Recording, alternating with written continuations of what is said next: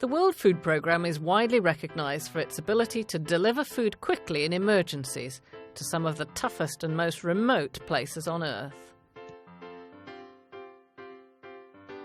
But in the past, we didn't always pay as much attention to the way we were providing the assistance. Perhaps markets were functioning nearby, and cash or vouchers would have been a better choice than food for getting assistance to people in need. Country offices may be thinking about what would be the best transfer modality in terms of whether it should be cash or vouchers or in-kind food. And that question should be answered on two fronts. One should be the cost efficiency element. Now, cost efficiency is one element, because with that analysis we'll be able to say which one is cheaper. But that doesn't tell us which one is the most effective. And to determine what is most effective, we use what has been developed by the Cash for Change unit, which is called the Omega value calculation. And the Omega value calculation basically compares what we would achieve in terms of food consumption score, dietary diversity, and looking at that from a point of view of comparing in-kind food assistance and assistance provided through either cash or vouchers. The World Food Programme has not always thought about whether our assistance programmes were putting people in need at risk.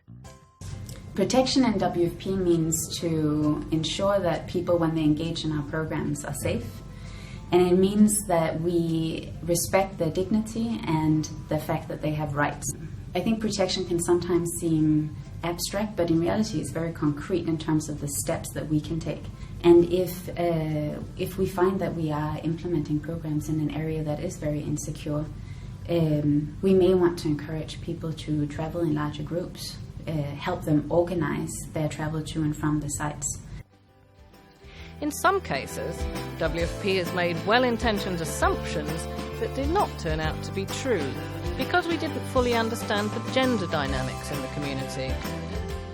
I'll give you a really good example from Pakistan. In the second wave of floods that occurred in Sindh province, there was an assumption made by the responders, the humanitarian actors, that targeting female-headed households was just a given.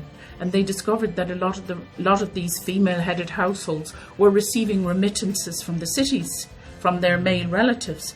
The upshot of that was that the women, not only did they continue to get the remittances, because that wasn't interrupted by the floods, but they also were given the aid that came in through the humanitarian community. The male-headed households were very much neglected. I think it's moving beyond the conceptualisation that one size fits all.